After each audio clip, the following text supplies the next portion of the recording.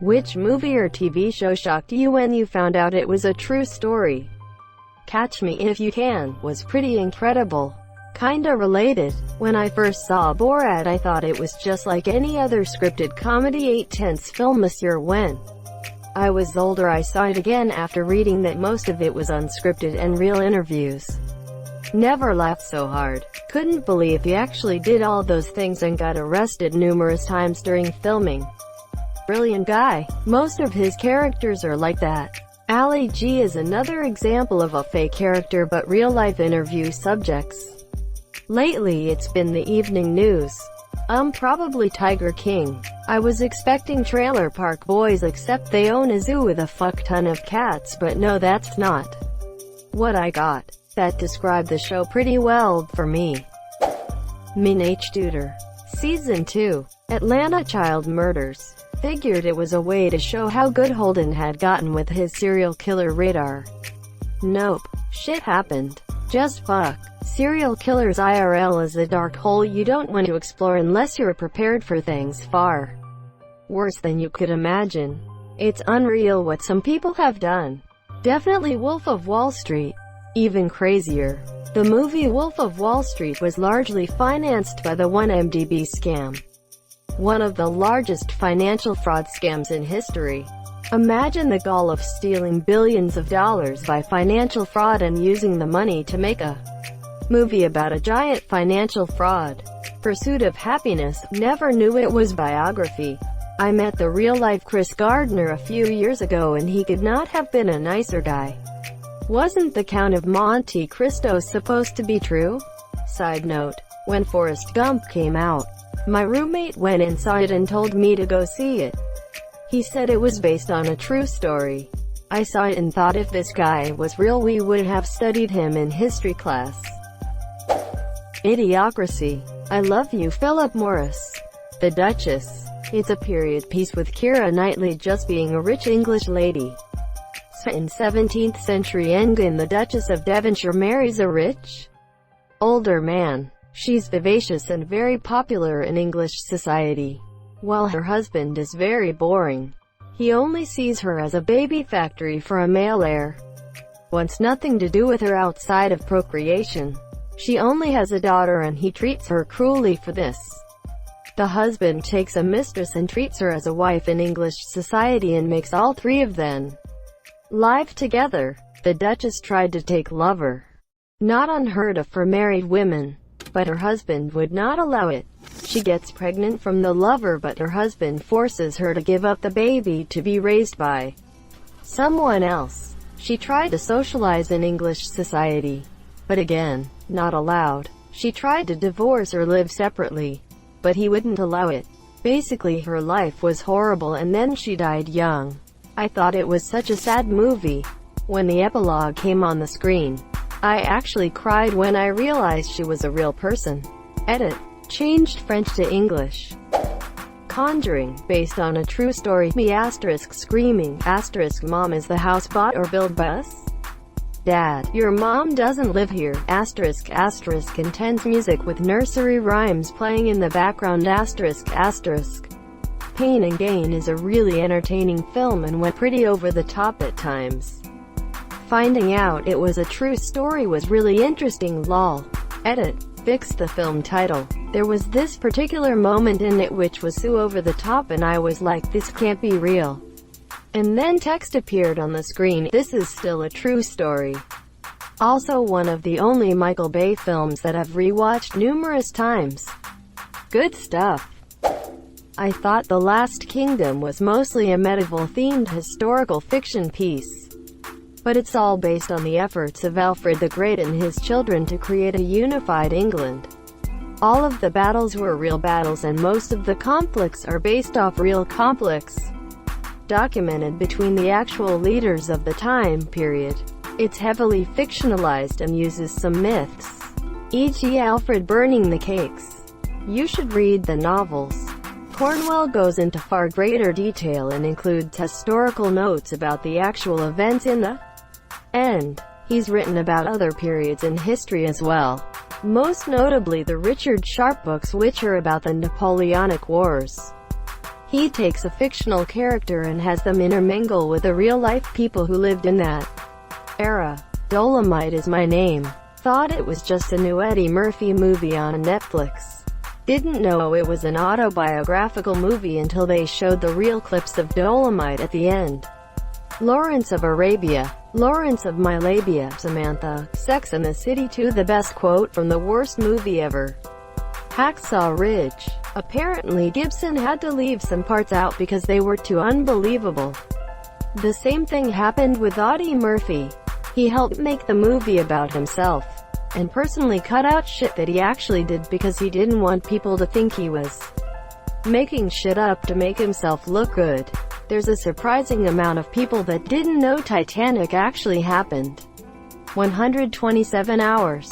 The Act. I know it's a very known story, but watching the series made me kinda shocked. Lord of the Rings. What? Sam is actually based on a real person Tolkien served with in World War I. My dumb teacher always said it's based on World War II. 1917. That was a good movie. The Sound of Music. Zodiac Killer. Awakenings. And, to an extent, Patch Adams. They are both Hollywoodizations, obviously, but the underlying stories are of real people. And, to an extent, The Imitation Game. But more of it that really happened. We really did that kind of thing. And nobody knew. Similar to the Dam Busters. Obviously you only hear the successful stories. But it shows that when the UK goes to war, we are pretty unpredictable and intellectual in the battles we choose, rather than all-out force. But what if it fails? Then nobody shall ever know. Holy shit. My dad got me Awakenings and The Green Mile for Christmas when I was like 13, and I remember watching it and crying like a fucking bitch, and my dad had to hold me and tell me I would never end up like that. Patch Adams was so bad and inaccurate that the real-life inspiration fully disowned it for numerous reasons. Not only did they change his male best friend, a man who was murdered, by the way, into a female love interest, they also promised to use earnings from the film to build a hospital. A deal they reneged on. He did, but backtracked in later years. And it's Hollywood, the people who made you 271. A film with so much bollocks that it's basically entirely fiction.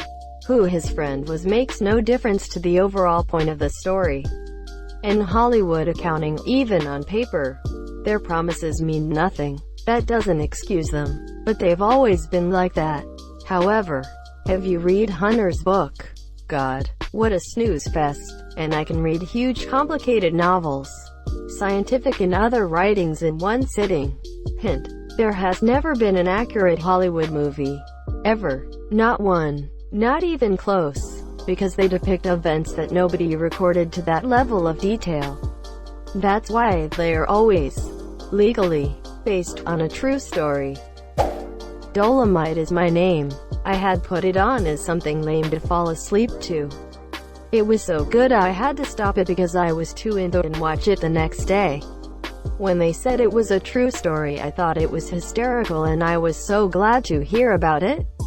Honestly, one of my favorite Eddie Murphy movies now. Vaguely counts, but whatever.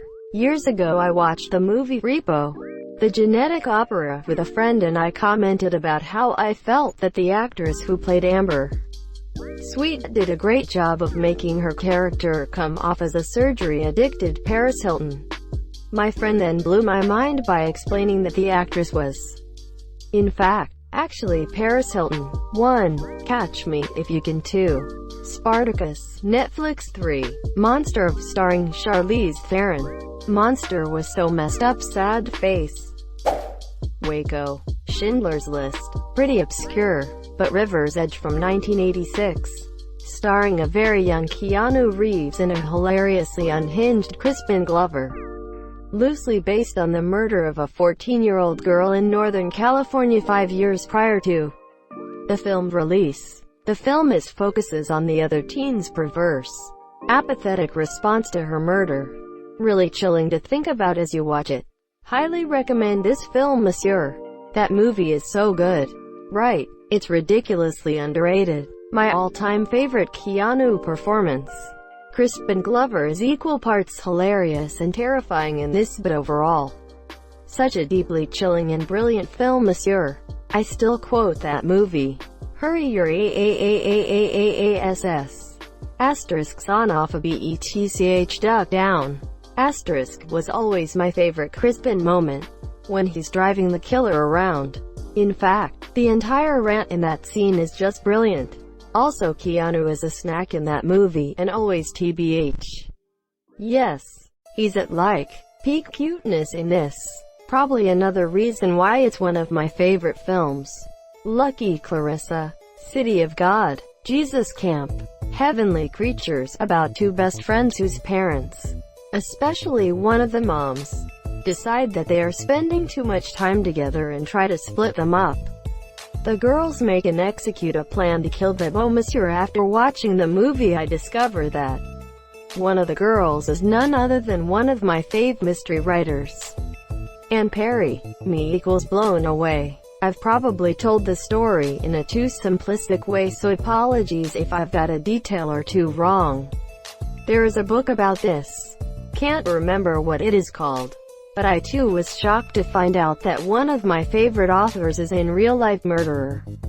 2012, It Really Happened. Asterisk It's Happening. Rosewood, Don Cheadle and Ving Rhames. About town in Florida during the 1920s, populated by mostly black folk, that was attacked and burned by a neighboring town of bigots. If you go there, it's no longer a town, but there's a few things with the name Rosewood. Like the Rosewood such and such church is still there, etc. There's a little plaque talking about the event. Tragically, the Ving Rhames character is fictional, and only the awful parts of the movie are true. Equally awful is that it was one of many pogroms like that in America at that time. The act, it's based on Gypsy Rose Blanchard and her mother. Paid in full. I was gonna say this too. Phew, I thought I was the only one. Don't fuck with cats, it's a good one, but when I discovered it was based in a real story, I realized that there are very bad people in the world. At what point did you discover that a documentary full of interviews and archival material was based on a real story? What tipped you off? Loophole. With Albert Finney and Martin Sheen. Whoever wrote it must have been very aware of a story kept secret for decades. A real-life telling of it can be found in The Bank Job with Jason Statham, monsieur. For years I just thought Loophole was a clever, above-average film. Didn't think the title meant they'd found a way to tell a true story. The Exorcist dramatized, of course.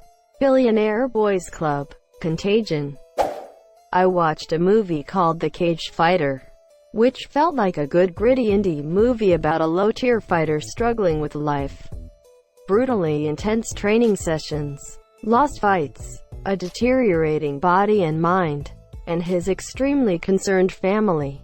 It wasn't until the credits rolled that I realized it was actually a documentary. That was quite a trip, and made me think back on the movie in a completely different way. I felt even worse for him and his family, and was horrified at what he put himself through in training and fights. When I thought I was watching a regular drama movie, some parts felt almost exaggerated, but when I found out it was a documentary, I was pretty shocked. Can't believe I had no idea, though I did often find myself marveling at how natural and real the dialogue felt. I guess because it was Family Matters. You know the episode where Steve Urkel murders someone and says asterisk, did I do that? Asterisk, scary stuff. Psycho. They added the shower murder. But beyond that, Wisconsin-based Ed Gein was arrested in 1957 for murder, and for digging up the corpses of women who reminded him of his dearly departed mother. Lords of Chaos. Asterisk, Bridge of Spies. Asterisk, From Dusk Till Dawn. Megan is missing. Titanic. Wait, you had never learned about Titanic? Some people watched the movie when they were like 4 or 5, dude. War dogs became international arms dealers just by using one website.